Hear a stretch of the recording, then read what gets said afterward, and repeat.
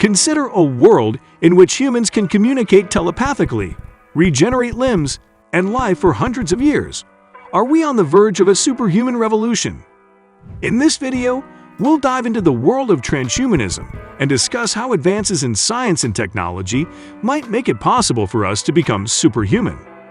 We'll cover the latest breakthroughs in genetics, AI, and neuroscience that could transform our bodies and minds, and even challenge what it means to be human. Before we get started, make sure you hit that subscribe button and turn on notifications so you won't miss any of our mind-blowing episodes. Now, let's take a leap into the future and discover the incredible possibilities of transhumanism. Did you know that some scientists believe we could be just decades away from unlocking the secrets to human enhancement? That's right, transhumanism, or the idea of using technology to enhance the human body and mind, is no longer the stuff of science fiction. Transhumanism is a philosophical and cultural movement that wants to improve the human condition by using new technologies. The goal is to improve human capabilities, both physically and mentally, in order to overcome fundamental limitations and extend our lifespan. Previously, it was the stuff of science fiction, but now that CRISPR has made gene editing simpler than ever, the divide between the human brain and computers is narrowing. Robotics is at its pinnacle, and our understanding of biological aging is progressing. Many of these futurist dreams may soon become reality. The main problem, however, is whether we ought to carry out such a risky scheme. With the drastic expansion of the human lifetime, the eradication of sickness, and the removal of pain, transhumanism offers a hopeful vision of the future in which people can develop themselves. Do you aspire to run as fast as Usain Bolt? That's nothing that robotics and gene editing couldn't handle. Do you want to be in possession of one of the greatest minds ever? Maybe a brain-computer link might make that happen. It refers to a broad range of scientific disciplines, from biotechnology and robotics to artificial intelligence, AI, and space travel, and frequently relies on the hypothetical. Yet, genetics is a field that transhumanism constantly touches on, and was possibly even developed out of. Transhumanism explores the potential for transformative technologies in various domains, such as life extension. You can slow down aging, repair damaged tissues, and extend the human lifespan by using biotechnology, gene therapy, and regenerative medicine. This includes research into telomere extension, senescence reversal, and the development of anti-aging drugs.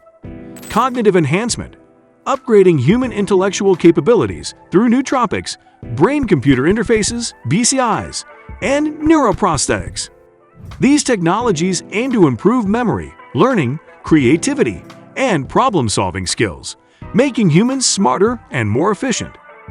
Physical enhancement, using bionic limbs, exoskeletons, and advanced prostheses to improve human strength, speed, endurance, and sensory capacities. Such improvements may make it possible for people to carry out tasks that were previously impossible, or to regain abilities lost as a result of illness or accident. Emotional and moral enhancement. You will have the capacity to improve empathy, emotional well-being, and moral reasoning through pharmacological interventions or neurotechnology. The goal is to promote a more harmonious, compassionate, and ethically conscious society. Genetic engineering. Altering the human genome to eliminate hereditary diseases, improve physical and mental traits, and create designer babies with specific attributes. This area of research also includes the study of CRISPR-Cas9 gene editing technology and its potential applications. Is the transhumanist dream already a reality? You might be asking. The answer is that it is conceivable to modify a person's DNA through human germline engineering in such a way that the modification becomes an essential component of their genome and is even passed on to their children. There are regional variations in the legality of human germline engineering, in contrast to the United States, where it can only be prohibited with government financing. It is outright outlawed in the European Union. This is even before you take into account the maze of moral and ethical conundrums that surround this achievement. Nonetheless, there are assertions that this is already a fact. Chinese biophysicist He Jiankui claimed to have produced Lulu and Nana, the first humans to be genetically modified, In November 2018, he targeted a gene called CCR5, which codes for a protein that the virus uses to hijack cells in the twins' embryonic genomes using CRISPR to give them genetic immunity to HIV. The infants possessed essentially superhuman resistance to an illness that claimed the lives of tens of millions of people. The tragedy shocked and infuriated people all across the world. He was portrayed in the media as a mad scientist gone rogue, and a never-ending stream of scientists alleged that his actions were careless, gravely immoral, and even illegal. The unsolved scientific questions that surrounded the incident served as the foundation for much of this. There is really no way to know how the germline engineering of embryos will affect their overall health and well-being, let alone generations from now. Beyond the problems of science and medicine, it unlocked Pandora's box of moral and ethical dilemmas. The following tendencies will be altered by transhumanism, to name a few of the ones that this study identified. Brain functions will be quicker and more flexible. Brain-machine interfaces, BMIs, which can be worn or implanted, are being developed by companies including Facebook DARPA and Elon Musk's Neuralink. These tools will fundamentally change how we communicate with one another and with digital devices. Body enhancements will be made. Although they will significantly outperform the current generation of fitness trackers, wearables will represent one type of body augmentation. In the future, we can anticipate the introduction of exosuits that boost physical strength, universal language translator earbuds that let us speak anywhere in the globe, and contact lenses that can take photographs or videos. Company procedures will change dramatically. According to a lot of research on smart factories, industrial IoT, and similar themes, AI will become more prevalent in our professional settings. The majority of workers will cooperate with or have their work enhanced by an AI counterpart. By 2026, according to some futurists, corporations will have an AI machine serving on their board of directors. More cybersecurity problems will result from the use of BMI in the workplace, and it's possible that firms will eventually fund nootropic pills and neurostimulators to boost worker concentration and accelerate the learning of new abilities. Extreme personalization and customization will start to appear. Although we now experience a high level of personalization in marketing strategies, this trend will soon spread to almost every aspect of our life. Our professional trajectory may eventually be impacted by AI personalization, which may influence the roles we are offered depending on our individual strengths. Based on the data that our genomes disclose about us, it seems inevitable that our diets and medical care will be much more individualized.